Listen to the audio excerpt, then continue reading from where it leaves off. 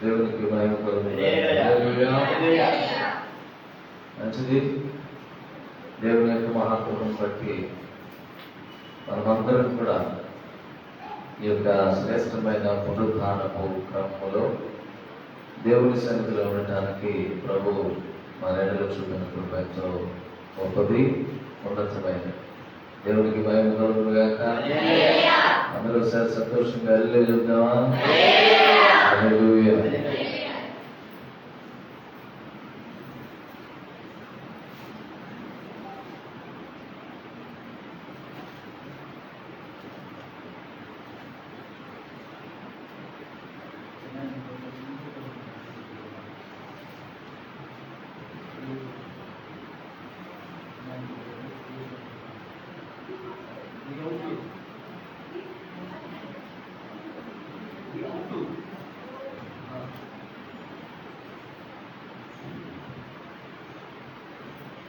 దేవునికి స్తోత్రం. హల్లెలూయా. ఇక మంచిది. నేను ధ్యానం కొరకు మనం దేవుని యొక్క వాక్యాన్ని ధ్యానం చేద్దాం. ప్రియమైన వాళ్ళగా యెహోషువ గ్రంథం 14వ అధ్యాయము 9వ వచన భాగాన్ని చదువుకుందాం. ఎక్కడ తెలిసింది అంత స్పీడ్గా ఉన్నాం? ఓకే, మంచిది. యెహోషువ గ్రంథం ఎవరు కలిగిన అందరూ కూడా కలిసి మన వాక్యాన్ని చదువుకుందాం. యెహోషువ గ్రంథం 14వ అధ్యాయము 9వ వచన భాగాన్ని చదువుకుందాం. చదవమా. ఆ దినమున మోషే ప్రమాణము చేసి, నీవు నా దేవుడైన యెహోవాను నిన్ను మనస్సుతో అనుసరించుతివి గనుక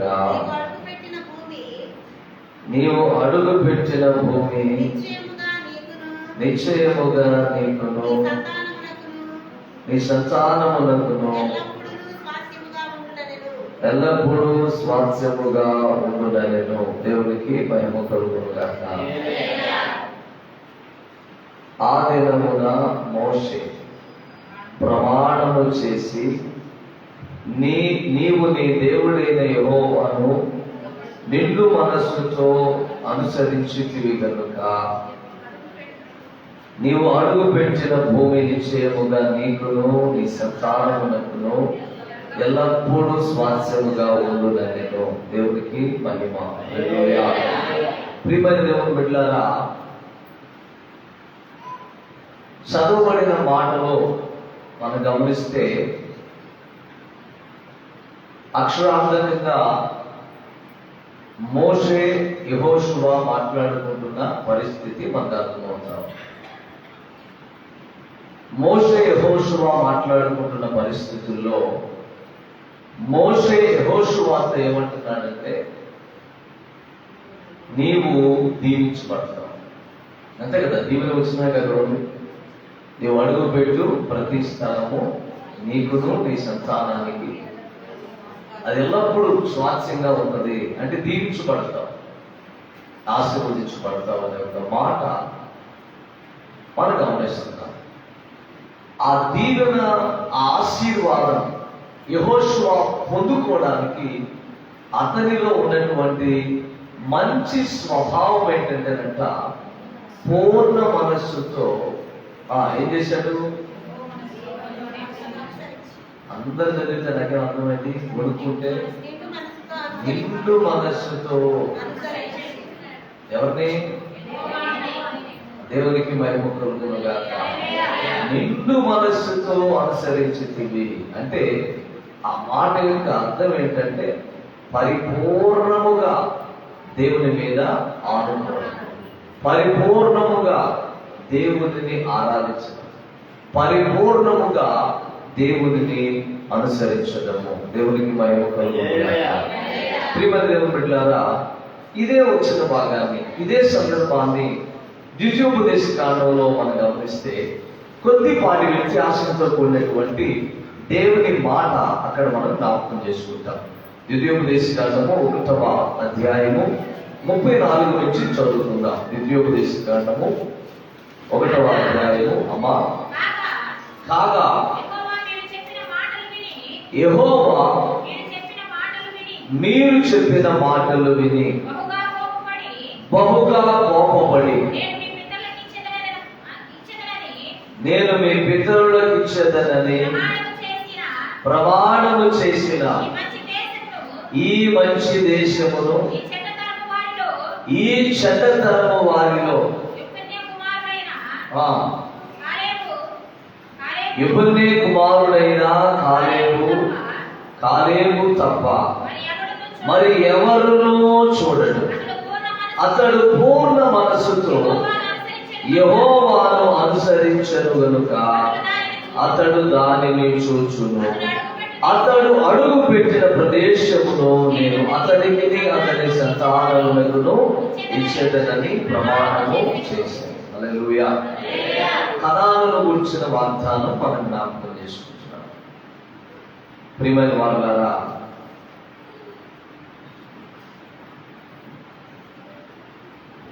యెహోవా మీరు చెప్పిన మాటలు విని బహుగా కోపపడి నేను మీ పితరులకు ఇచ్చేదని ప్రమాణము చేసిన ఈ మంచి దేశమును ఈ చెడ్డతరము వారిలో యెఫున్నె కుమారుడైన కాలేబు తప్ప ఎవరు చూడరు అన్నాడు. అతడు పూర్ణ మనస్సుతో యెహోవాను అనుసరించను గనుక అతడు దానిని చూచును అన్నాడు.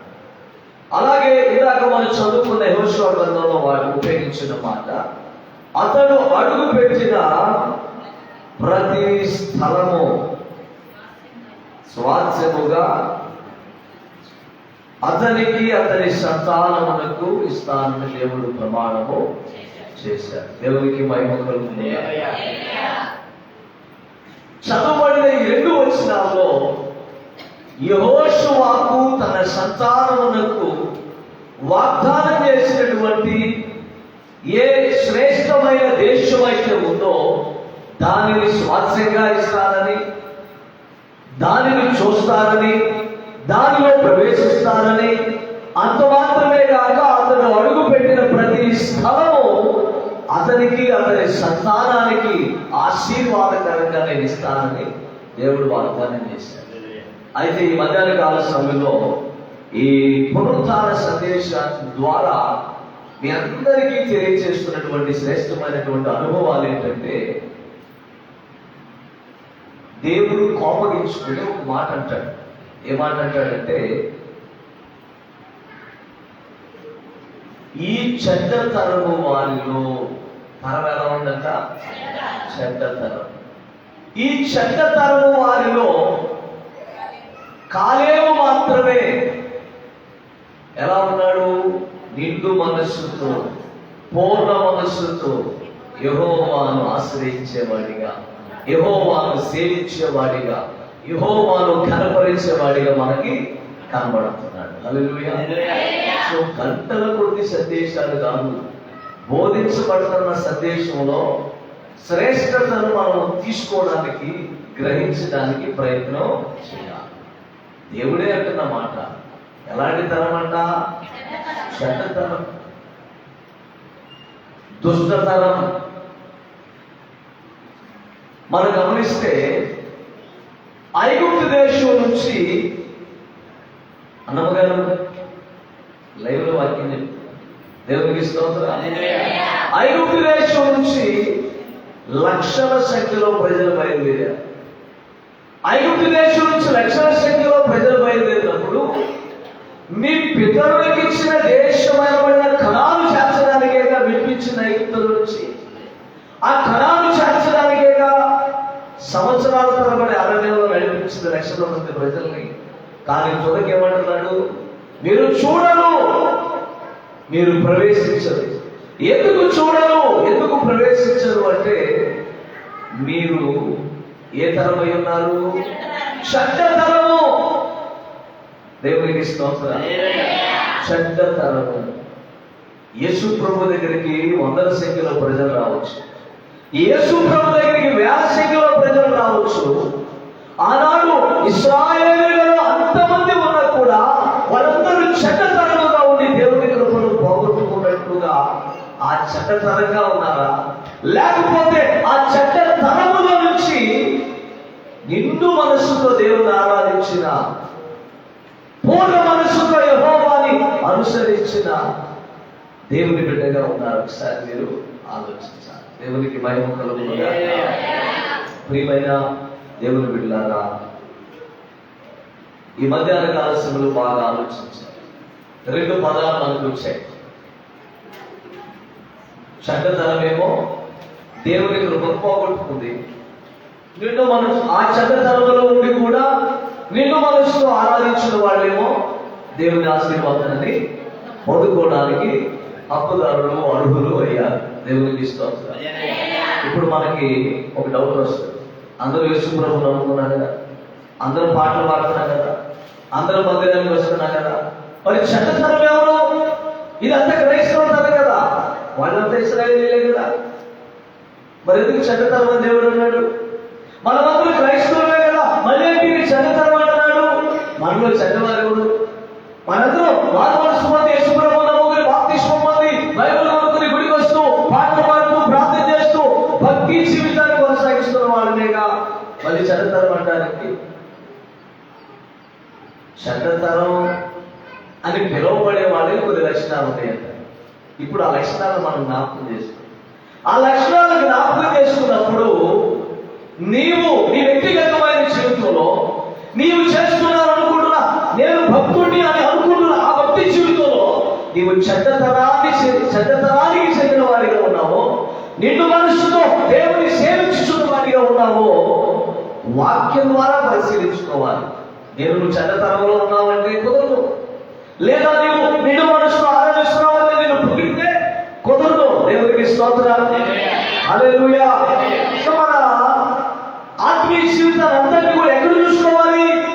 పాస్టర్ గారి మాటలలో కాదు, పాస్టర్ గారి పొగడ్తలో కాదు.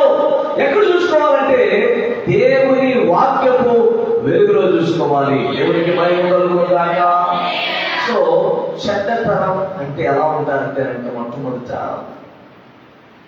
విశ్వాసము లేని వాళ్ళు. ఏమండి ఎలాంటి వాళ్ళు? మందిరానికి వస్తారు కానీ, ఇశ్రాయేలులో ఉంటారు కానీ, విశ్వాసంలో ఉంటారు కానీ వీళ్ళలో ఏముందంట? విశ్వాసము లేదు. బైబిల్లో మాట రాశాడు, విశ్వాసము లేకుండా దేవునికి ఇష్టడయ్యుట అసాధ్యము. విశ్వాసానికి పర్యాయ పదం ఏంటి? వ్యతిరేక పదం ఏంటి? అవిశ్వాసం. మీకు సంగతి తెలుసా? అవిశ్వాసులు ఎక్కడికి వెళ్తారో తెలుసా? స్వప్న ఎక్కడికి వెళ్తారు అవిశ్వాసులు? అగ్ని గంధకములతో కాల్చబడు మండు గుండములోకి. ఇప్పుడు దేవునికి ఇష్టం లేనోడు చెడ్డతనం వాళ్ళేగా. దేవునికి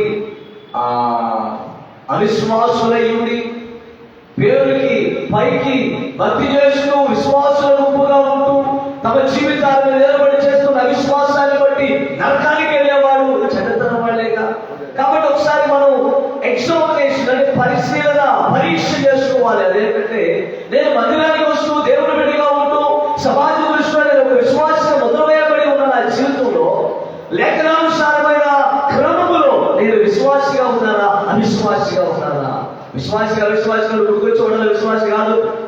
నేను విశ్వాసము కలిగి ఉన్నానా, అవిశ్వాసమును కలిగి ఉన్నాను? విశ్వాసం అంటే ఎలా ఉంటుందంటే నిరీక్షణకు ఆధారం లేకుండా వెళ్ళడం. దేవునికి స్తోత్రం. హల్లెలూయా. బైబిల్లో అబ్రహాం కనబడతాడు మనందరికీ కూడా. అబ్రహాం ఎలా ఉన్నాడు? నిరీక్షణకు ఆధారం లేకుండా నేను చూపించు ప్రదేశానికి నువ్వు వెళ్ళన్నాడు. ఇప్పుడు మనల్ని ఉందన్నా, నేను ప్రదేశాన్ని చూపిస్తాను, మూట కట్టుకున్నావు అనుకోండి, చూపిస్తే చూపించావు కానీ అక్కడ ఫెసిలిటీస్ ఎలా ఉన్నాయో కొంచెం చెప్పయ్యా, నేను కొంచెం ఎంక్వైరీ చేసుకుని అక్కడ బ్రతకలేదో అక్కడ ఉండలేదో ఆలోచించుకున్నాక నా నిర్ణయం చెప్తామంటా మనం. నాకు అబ్రహాం అలా అనలేదు. అబ్రహామా, నీవు నీ స్వదేశంలో నీ తండ్రి ఇంటిని విడిచిపెట్టి రా, నేను చూపించే ప్రదేశానికి వెళ్ళాలంటే అసలు అక్కడ ఎలా ఉంటుందో కూడా తెలియకుండా, నిరీక్షణకు ఆధారం లేకుండా దేవుని కొరకు అడుగు వేశాడు. అది కలుగుతాయా. హల్లెలూయా. కానీ ఈ రోజున ప్రజలలో విశ్వాసములకు వ్యతిరేకమైనటువంటి పరిస్థితి అనబడిన అవిశ్వాసమే కనబడుతుంది. దేవుని దగ్గరికి వస్తున్నాం, బైబిల్ రాస్తాడు, దేవుని దగ్గరికి వచ్చేవాడు ఆయన ఉన్నాడని, తను వెతుకు వారికి ఫలము దయచేయవాడిని నమ్మాలి కదా.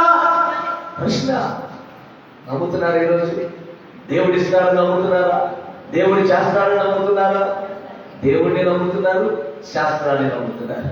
దేవుడిని నమ్ముతున్నారు, వాస్తుని నమ్ముతున్నారు. దేవునికి స్తోత్రం. హల్లెలూయా. ప్రియమైన దేవుని పిల్లారా, ఇప్పుడు మనం ఆరాధిస్తున్న ఈ కట్టడం, ఇప్పుడు నేను నివాసం ఉంటున్న గృహం ఏ సిద్ధాంతి వచ్చి పొల్ల నాటి కొలతలు కొలిసి పెట్టింది. మొన్నకాయ ప్లాన్ ఇవ్వడానికి మన ఊళ్ళోకి వస్తే మేస్త్రి ఉన్న పరిచయంతో టీ ఇవ్వడానికి మా ఇంటికి పిలిచాను. రోడ్డు మీద నుంచి ఈ కట్టడాన్ని చూసి ఆయన ఏమన్నాడు తెలుసా? తన భాషలో వాస్తుపరంగా ఎక్సలెంట్ గా ఉందని చెప్పాడు. హల్లెలూయా. అంతకు ముందు ఏ సిద్ధాంతం వచ్చి ప్లాన్ ఇస్తే ఇంకో సిద్ధాంతం చెప్పలేదు మనకి. మనం నమ్మిందల్లా ఎవరిని అంటే మన జీవితాన్ని ముందుకు నడిపించగలిగిన దేవుడు మాత్రమే. హల్లెలూయా. ప్రియమైన దేవుని బిడ్డలారా, ఈరోజు దేవుడే తాను ఐగుప్తు నుంచి విడిపించినటువంటి ఇశ్రాయేలీయులను అన్నాడు, ఇదిగో ఇదంతా కూడా చెడ్డతనం అయిపోయింది. ఎందుకంటే తెలుసా మాట? అంత భయంకరమైన ఫరో చేతుల నుంచి విడిపించిన వాడు నడిపించలేదా? అంత భయంకరమైన ఫరో చేతుల నుంచి నడిపించిన వాడు, విడిపించిన వాడు పోషించలేడా? అంత భయంకరమైన ఫరో చేతుల నుంచి విడిపించిన వాడు వాగ్దానం చేసిన దేశానికి నడిపించలేదా? నడిపించలేదు. కానీ వీడు ఏం చేశాడు తెలుసా? నమ్మకము లేక అరణ్య యాత్రలో ఏమయ్యారంటే దేవుని మీద తిరుగుబాటు చేశారు. దేవునికి స్తోత్రం. అందుకే యెహోషువ కాలేబులకు దేవుడు వాగ్దానం చేస్తూ మాట్లాడిన మాట, వీరు మాత్రమే కనాను చేస్తారు, కనాను చూస్తారనగా మిగిలిన వాళ్ళందరూ కూడా అరణ్యంలోనే రాలిపోయారు. వారు అరణ్యంలో రాలిపోవడానికి, వారు దుష్ట స్థలముగా పోల్చబడటానికి కారణం ఏంటంటే వారి మీద ఏలుబడి చేసిన అవిశ్వాసం. రెండోది, వారు చేసిన తిరుగుబాటు. ప్రియమైన దేవుని బిడ్డలారా, హల్లెలూయా. అంత మాత్రమే కాకుండా బైబిల్ అంతటిలో దుష్టతరం చెడ్డతరం అని ఎవరు పిలిచాడు తెలిసి? యేసయ్య కూడా.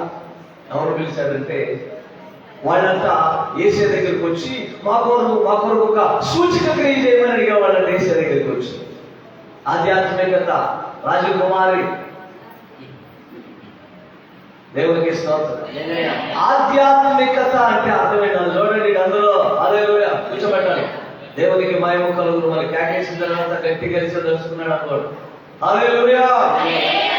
ఆధ్యాత్మికత అంటే అర్థం ఏంటంటే ప్రియమైన వారలారా, నువ్వు నిజమైన మారు మనసు పొందితే అన్ని ఇస్తాడు యేసయ్య. నువ్వు నిజమైన మారు మనసు పొందితే అద్భుతాలు చేస్తాడు యేసయ్య నీ కొరకు. నువ్వు మారు మనసు లేకుండా నా కొరకు ఒక పని చెయ్యి, నా కొరకు ఒక అద్భుతం చేయి, నా కొరకు ఒక సూచిక క్రియ చేయి, వాడు చెడ్డతనం వాడు. ఎందుకంటే వాడికి మారు మనసు లేదు, వాడికి విశ్వాసం లేదు. వాడు ఏం చేస్తాడంటే నిత్యం కూడా నా కొరకు ఏమైనా చేయగలవా నువ్వు అని అడుగుతాడు దేవుడిని. ఎందుకు చేస్తాడు? చేస్తాడా? చేయకపోగా నువ్వు ఏ జాబితాలో చేర్చబడుతుందో తెలుసా? చెడ్డతనం. కాబట్టి ఎవరికి వారు ఆలోచించుకోవాలి. వాళ్ళందరూ ఇశ్రాయేలుకి సాగిపోతుంటే ఒకరిద్దరి గురించే దేవుడి మాట ఎందుకు అన్నాడు? మిగిలిన వాళ్ళంతా చెడ్డతనం ఎందుకు రాలిపోయారు? అయితే ఇప్పుడు కూడా నేను భక్తి చేస్తున్నాను కదా, ఇప్పుడు కూడా నేను విశ్వాసంగా పిలువబడుతున్నాను కదా, ఇప్పుడు కూడా నేను మందిరానికి పెడుతున్నాను కదా. మనుషుల దృష్టిలో దయ పొందొచ్చు, కానీ దయ పొందాల్సింది ఎవరి దృష్టిలో? దేవుని దృష్టిలో. కాబట్టి నీ భక్తి చూడు దేవుని దృష్టికి ఎలా ఉండాలంటే దుష్టతరం వాడికి పోలిన వాడిగా ఉన్నావా, లేకపోతే యెహోషువ కాలేబుల వలె ఉన్నావా? ఒక్క ఒక్కసారి నీవు ఆలోచించాలి. దేవునికి మహిమ కలుగును గాక. నీలో అవిశ్వాసము లేకపోతే నువ్వు చెడ్డతనానికి చెందిన వాడివి కాదు. నీలో ఆ దేవునికి విరోధమైన భావన లేకపోతే నువ్వు చెడ్డతనానికి చెందిన వాడివి కాదు. అలాగే నీవు మారు మనసు లేకుండా అది చేయి దేవుని అడుగుతూ ఉంటే నువ్వు చెడ్డతనానికి చెందిన వాడివే. పరిపూర్ణమైన మారు మనసు గల వాడివైతే నీవు చెడ్డతనానికి చెందిన వాడివి. దేవునికి మహిమ కలుగును గాక. కాబట్టి ఆనాడు చెడ్డతరంగా పోల్చబడిన వారి జాబితాలు నీవైనా నేనైనా ఉన్న ఎడల దేవుని కృప ఎంత మాత్రము పొందలేదు. హల్లెలూయా. యేసు ప్రభు నమ్ముకుంది, మందిరానికి వస్తుంది. ఎందుకు? ఆయన కృప పొందాలి. అయ్యా నన్ను చూడయ్యా, రోజు నువ్వు చేసే ప్రార్థన లేక, అయ్యా నన్ను దాటిపోకయ్యా, అయ్యా నాతో రానయ్యా, నాకు సహాయం చేయి. రోజు చేసే ప్రార్థన ఇదేగా.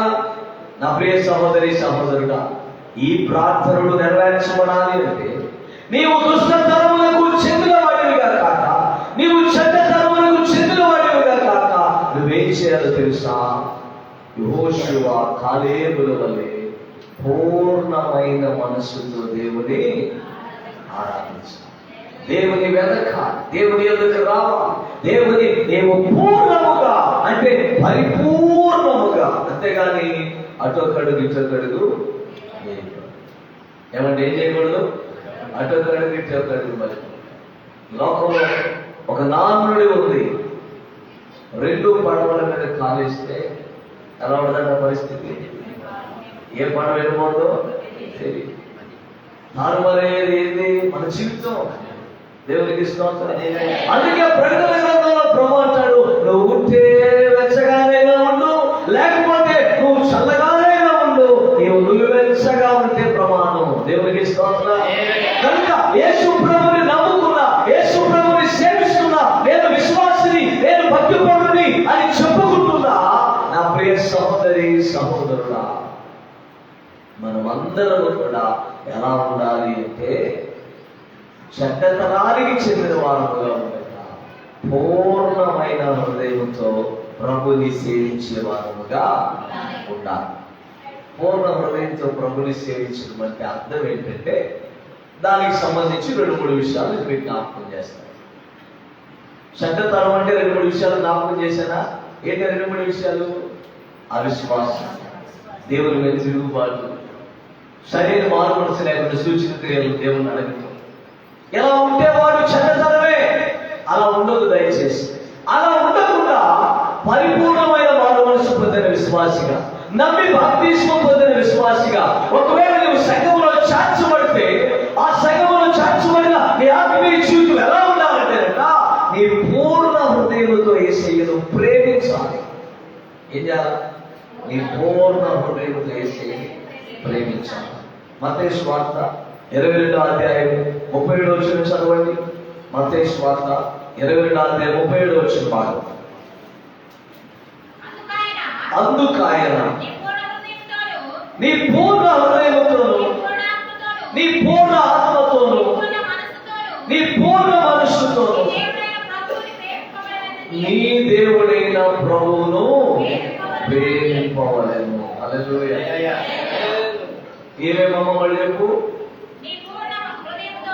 నీ పూర్ణ హృదయంతో, నీ పూర్ణ ఆత్మతో, మనసు, హృదయము, ఆత్మ.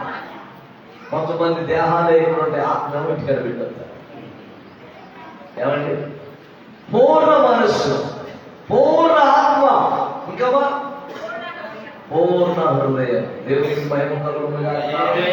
ఈ హృదయము, ఈ ఆత్మ, ఈ మనస్సు. దేహం ఇక్కడే, మనసు ఇక్కడ లేదు. దేహం ఇక్కడే, ఆత్మ ఇక్కడ లేదు.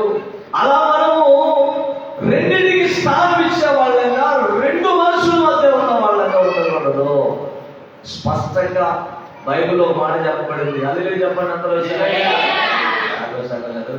సిగ్నంగా ఉందా? చెప్పండి. ద్విమనస్కులై ఉండొద్దు అన్నాడు.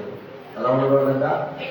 ద్విమనస్కులై అంటే నువ్వు యేసు ప్రభు దగ్గరికి వచ్చి నేను యేసుని ప్రేమిస్తున్నానని చెప్తే ఆ ప్రేమ ఎలా ఉండాలి? పరిపూర్ణమైనది.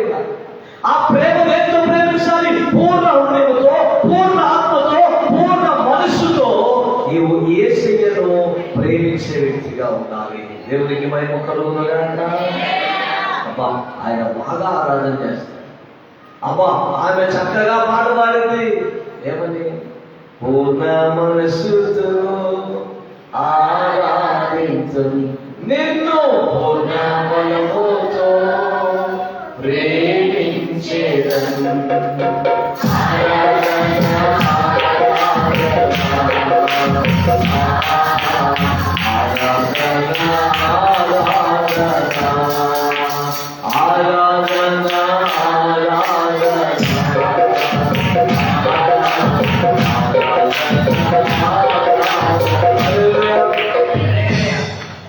పాటే పడుతున్నావా నిజంగా ఆరాధిస్తున్నావా? ఎవరు చెప్తారు? మనిషి ఇక్కడే ఉండదు కానీ మనసు దేవునికి ఇస్తాం. ఉదాహరణ చెప్పుకోవాలంటే అసలు ఋషి గారి ప్రార్థన కొత్తగా అనుకోవాలండి. ఎందుకు అనుకోలేదంటే పొద్దున్న మీకు కలిసినప్పుడు నాకు ఒక ఇన్ఫర్మేషన్ ఇచ్చాను. నేను షార్ట్గా అనుకోతున్నాను.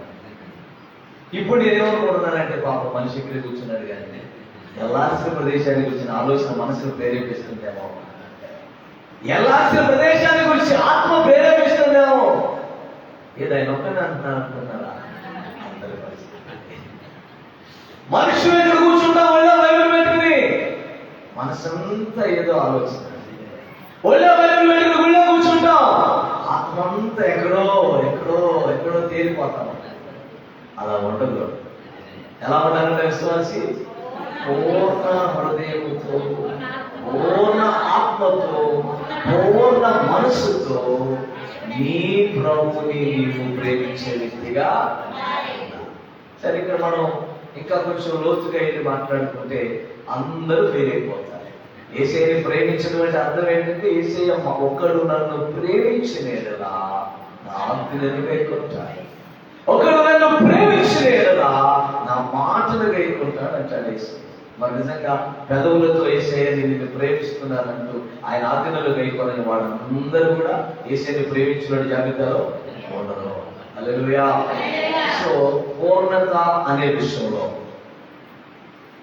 మొదటిది పూర్ణముగా దేవుని ప్రేమించాలి. హల్లెలూయా. రెండవదిగా ఏంటంటే ప్రియమైన వారులారా, సామెతల గ్రంథము 3వ అధ్యాయము 5వ వచన భాగాన్ని చూద్దాం. సామెతల గ్రంథము 3వ అధ్యాయము 5వ వచన భాగం. నీ పూర్ణ హృదయముతో యెహోవా యందు నమ్మిక ఉంచుము.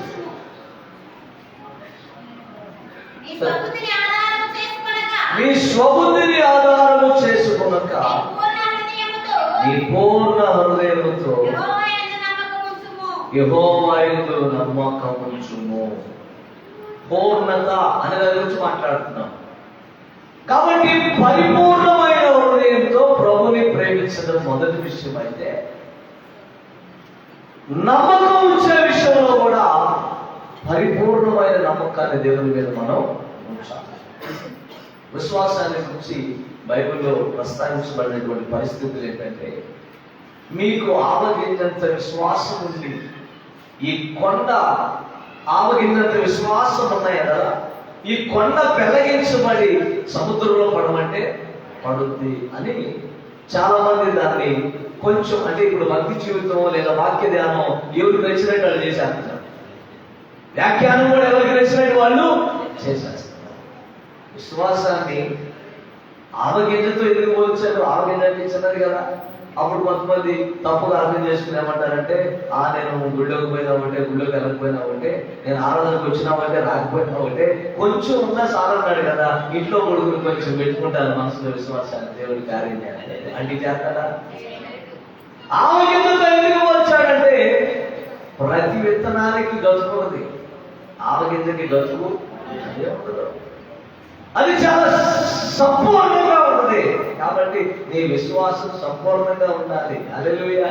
అంతేగాని నువ్వు తప్పుగా అర్థం చేసుకుని కొంచెం ఉంటే చాలన్నాడులే, ఇంటికాడ కూడా పని చేస్తాడులే.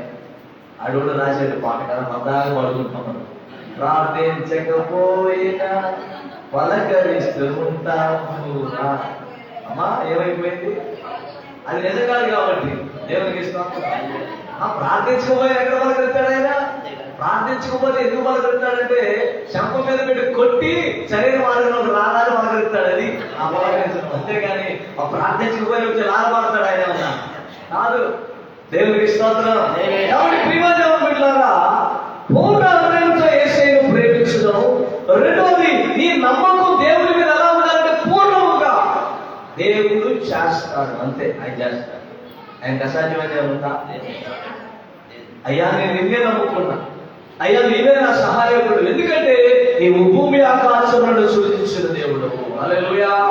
ఆయన భూమిని ఆకాశాన్ని సృజించిన వాడిగా ఉండగా ఆ భూమి ఆకాశముల మధ్యలో ఒక చిన్న జీవిగా నీవు నేను జీవిస్తూ ఉండగా నీ కొరకు నా కొరకు ఆయన చేయకుండా ఉంటాడా?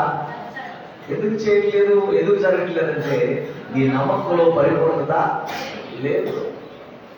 నేను నమ్ముతాను నా దేవుడు ఆరోగ్యం ఇస్తాడు. నేను నమ్ముతాను నా దేవుడు అక్కలను తీరుస్తాడు. నేను నమ్ముతాను నా దేవుడు తోడొస్తాడు. దానికి కారణం ఏంటంటే నా నమ్మికలో ఏముందంటే పరిపూర్ణత ఉంది.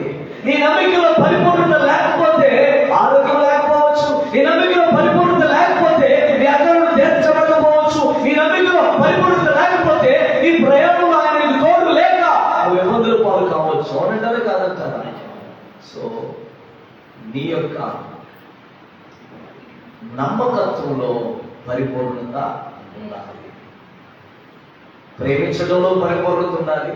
నువ్వు దేవుని నమ్మటంలో కూడా పరిపూర్ణత. ఆ పరిపూర్ణత లేకపోతే నువ్వు చూపే ప్రేమ వాల్యూ ఉండదు. నీ నమ్మకంలో పరిపూర్ణత లేకపోతే దేవుని కార్యాలు చూసే యోగ్యత నీకు ఉండదు. దేవునికి మహిమ కలుగునుగాక. హల్లెలూయా. మూడవదిగా కీర్తన భాగము 9వ అధ్యాయం 1వ వచనాన్ని చూద్దాం. కీర్తన భాగము 9వ కీర్తన. అమ్మా, నా పూర్ణ హృదయముతో నేను యెహోవాను స్తుతించెదను. నా పూర్ణ హృదయముతో నేను యెహోవాను స్తుతించెదను. దేవాని అద్భుత కార్యములన్నిటినీ నేను వివరించెదను. హల్లెలూయా, హల్లెలూయా. సహోదరుడు దానపు గారేమో బైబిల్లో సాక్ష్యం చెప్పంటే అందరికీ తెలిసి ఆయన ప్రతిగా బైబిల్లో చెప్పేది. తెలిసినప్పుడు అసలు చెప్పలేదు. ఇప్పుడు ఇక్కడ ఏం రాశాడు?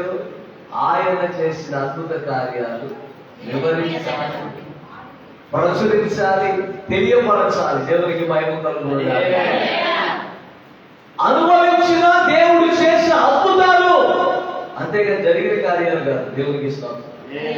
జరిగిన కార్యాలు కాదు, జరుగుతున్న కార్యాలు కాదు, దేవుడు చేసిన అద్భుతాలు. సరే, దానికి ముందు ఏమన్నాడు? నా పూర్ణ హృదయంతో నేను యెహోవాను స్తుతిస్తాను.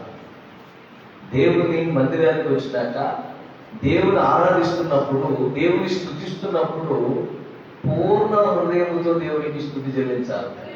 కానీ నేటి ఆయన అన్నాడు చెడ్డతనం అన్నట్టుగా నేటి క్రైస్తవ తరం ఎలా ఉందంటే, పాస్టర్ గారు ఆరాధన మొదలు పెట్టిన 10 సార్లు పెట్టుకోవాలి, సపోర్ట్లు కొట్టండి అయ్యా పండుగ గారు, పాట గట్టిగా పాడదమ్మా ఆత్మ గారిని ఎన్నిసార్లు పెట్టుకోవాలి, ఎన్ని చరణాలు ఉంటే అన్నిసార్లు అయ్యా కొట్టండి, అమ్మ గట్టిగా పాడండి అడుక్కుంటే కానీ నోటిలో నుంచి శబ్దం రాట్లేదు. అయ్యా అది పూర్ణంగా పూర్ణ మనసులో పూర్ణ హృదయంతో దేవుని స్తుతించడం అవుతుందా?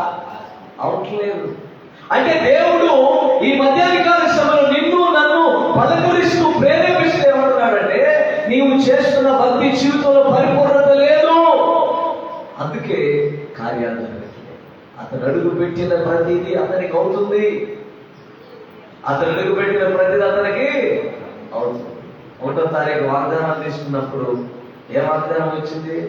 నువ్వే ప్రయత్నం చేసినా కూడా అక్కడ దాన్ని సక్సెస్ చేస్తానని దేవుడు. నీవు చేయ ప్రయత్నములన్నింటిలో నీకు దీవెన కలుగునని ఆయన ఆజ్ఞాపిస్తున్నాడు. దేవునికి స్తోత్రం. హల్లెలూయా. కాబట్టి నా ప్రియ సహోదరి సహోదరులారా, మన జీవితంలో దేవుడు కార్యాలు చేయాలంటే, మన జీవితంలో దేవుడు చేసిన కార్యాలు మనం అనుభవించాలంటే, నువ్వు చేస్తున్న భక్తి జీవితం పరిపూర్ణతలోకి రావాలి. పరిపూర్ణత గురించి 3 విషయాలు చెప్పారు. ఏంటో 3 విషయాలు చెప్పండి. ఏందో పిల్లలు మాత్రం చదువుతుంది, సు అని శబ్దం మాత్రం వస్తుంది, అసలు విషయం బయటికి. పూర్ణతల గురించి ఇప్పుడు మాటలు చెప్తున్నాం. ఏంటమ్ముడు? ఒకటి, పూర్ణ హృదయంతో ప్రేమించాలి. రెండు, పూర్ణ హృదయంతో నమ్మకం ఉంచాలి. మూడు, పూర్ణ హృదయంతో హల్లెలూయా స్తుతిమయమో పాట. హల్లెలూయా. పౌలు శీలను బంధించి చెరసాలలో వేసిన, పౌలు శీలను బంధించి చెరసాలలో వేసిన, పాపియందు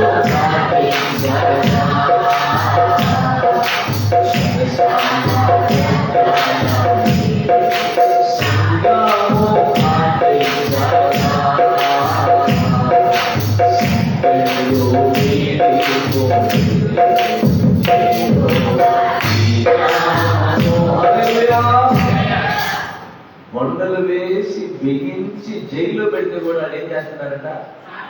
పూర్ణ హృదయం పాటలు పాడుతున్నారు. పేతురు చెరసాలు వేస్తే సంఘము పూర్ణ హృదయంతో ప్రార్థన చేస్తారు.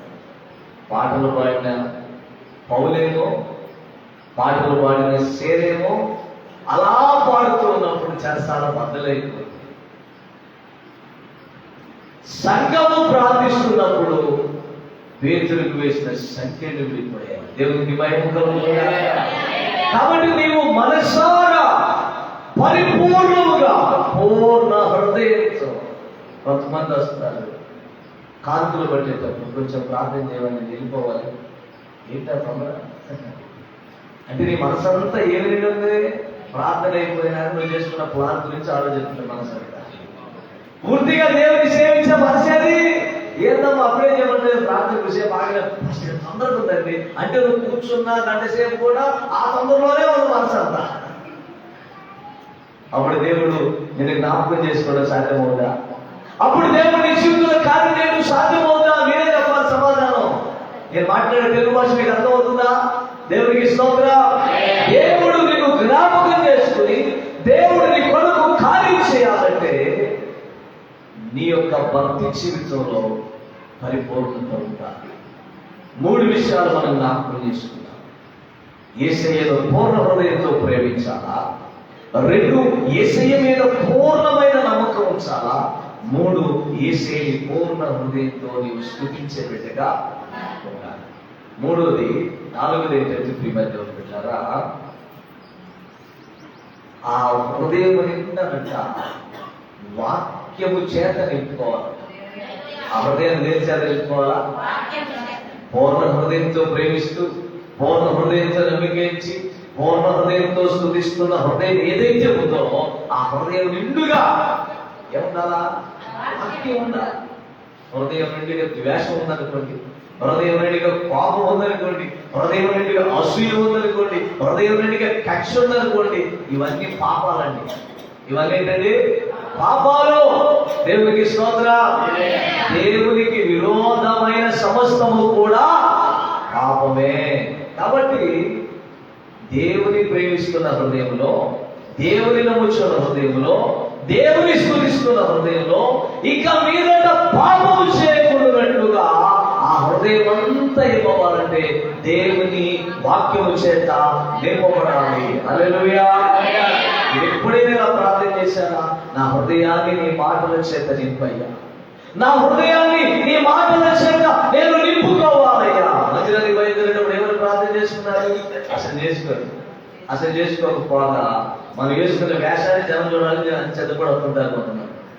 కాబట్టి నేను కట్టుకుని ప్రార్థన అయిపోయిన వెళ్తా అక్కడ వచ్చిన దాని ఒకసారి నాకు వెళ్ళేసి వస్తా ఉంటుందని చూడలేకపోతే చీర కట్టుకు వచ్చాను. ఎంత ఉంది నన్ను ఎందుకు వచ్చావు? ప్రార్థనకి అది చూపించుకోవడానికి వచ్చావు.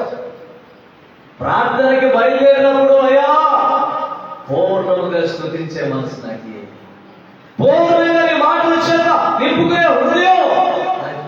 ప్రార్థన చేసుకుంటే క్రైస్తవ సమాజం ఉందా? లేదు. కాబట్టి పరిశుద్ధాత్మ దేవుడు ఏమంటున్నాడు? ఆనాడు ఇశ్రాయేలులో చెడ్డతనం వారులారా సంఘాల్లో చెడ్డతనం అన్నారు. జాగ్రత్తగా ఆలోచించాలి. నీవు దీవించబడాలంటే నువ్వు ఏదో ఒక రకంగా సంపాదించుకోవచ్చు. దేవుడిచ్చే దీవెన నీకు కావాలంటే నీ భక్తి జీవితంలో పరిపూర్ణత, భక్తి జీవితంలో పరిపూర్ణత లేని ప్రతి ఒక్కరు కూడా దేనికి చెందినవాడంటే దుష్ట తరములకు చెందినవాడే, చెడ్డతనములకు చెందినవాడే. కాబట్టి నా ప్రియ సహోదరి సహోదరులారా, అలా మీరు చెడ్డతనానికి చెందిన వాడిగా ఉండకుండా పరిపూర్ణ హృదయంతో ప్రభువుని ప్రేమిస్తూ, పరిపూర్ణ హృదయంతో ప్రభు మీద నమ్మకం ఉంచి, పరిపూర్ణమైన హృదయంతో ప్రభుని స్తుతిస్తూ వెళ్తూ ఉన్నప్పుడు ఇక మీదట పాపం చేయకుండాట ఆ హృదయం నిండుగా ఎప్పుడేముండాలి? సాతాను వచ్చాడు వేసే దగ్గర. వేసే సాతానికి ఏం చెప్పాడు?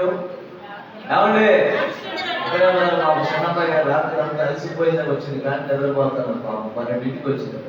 ఈ అరగంట కూడా ఇక అదే పనిగా ఉంది. దేవుడు చిన్నమ్మాయి గారు దీవించింది కాదు. నువ్వు సన్నాసి అని కోరుకుంటారమ్మా, అందుకే నిద్రపోవడం కూడా దీవించబడి కాక అంటారు. దేవునికి స్తోత్రం. చూడండి, ఇక మీదట దేవునికి విరోధంగా ఉండకుండా, ఇక మీదట అవిశ్వాసంగా ఉండకుండా, ఇక మీదట మారు మనసు లేని సూచిక క్రియలు కొరకు అడగకుండా దేవుడు నిండుగా ఏమన్నారట? దేవుని వాక్యం. 119వ కీర్తన 11వ వచనంలో రాశారన్నమాట. ఒకసారి చదవండి, నేను ప్రార్థన చేస్తాను. ఏమన్నా ఏమన్నది అక్కడ? నీ ఎదుట నేను పాపము చేయక ఉండునట్లుగా నా హృదయములోని వాక్యమును, అనగా నా ప్రియ సహోదరి సహోదరుడా, నీవు దేవుని ఎదుట నిత్యము కూడా నిర్దోషివై ఉండునట్లుగా, ప్రభుని ప్రేమిస్తున్న హృదయం, ప్రభు యొక్క నమ్మిక ఇచ్చిన హృదయం, ప్రభుని స్తుతిస్తున్న హృదయం అంతా కూడా ఏముండాలంటే వాక్యం ఉండాలి. అప్పుడు నీవు దేవుని ఎదుట నిర్దోషమై ఉంటావు, దేవుని ఎదుట పరిపూర్ణమైన భక్తి చేస్తున్న వాడిగా ఉంటావో, ఆ పరిపూర్ణత నిన్ను ఎప్పుడు సంతరించుకుంటుందో నీవు చెడ్డ తరములకు వేరైన వాడిగా ఉంటావు. దేవునికి మహిమ. సందేశ సారపు ముగింపు ఏంటంటే, నీవు చెడ్డ తరానికి ఎప్పుడైతే దూరంగా ఉంటావో నీవు దేవుని వాగ్దానాలు సంతరించుకుంటావు. దేవుని ప్రతి వాగ్దానం నీ జీవితంలో నెరవేర్చబడుతుంది. నీవు ఆశీర్వాదకరంగా ఉంటావు. దేవునికి మహిమ. ఆరాధన ముగించబడుతుంది, సందేశం ముగించబడుతుంది. నా ప్రియ సహోదరి సహోదరుడా, ఒక చిన్న ప్రార్థన చేయాలనే మనసు నేను కలిగి ఉన్నాను. ఎందుకు తెలుసా? నేను అవిశ్వాసిగానో, సూచక క్రియలు అడిగేవాడిగానో, నీకు విరోధంగా జీవించేవాడిగానో, చెడ్డ తరములో నేను ఉండగా ప్రభువా, పూర్ణమైన మనస్సు కలిగి నిన్ను ప్రేమిస్తూ, పూర్ణమైన మనస్సుతో నీ పైన నమ్మికరించి, పూర్ణమైన మనస్సుతో నిన్ను స్తుతిస్తూ, నా హృదయం అంతా నీ వాక్యము నింపుకొని సాగిపోతూ నీ కార్యాలు అడుగడుగును అనుభవిస్తూ సంతోషించే భాగ్యాన్ని నాకు దయచేయ్యా అని మనం ప్రార్థన చేయాలి. దయచేసి మోకరిస్తారా? ప్రార్థన చేద్దాం. ఫినిష్ అనే దాని మీద వస్తారు. ప్రార్థన చేద్దాం.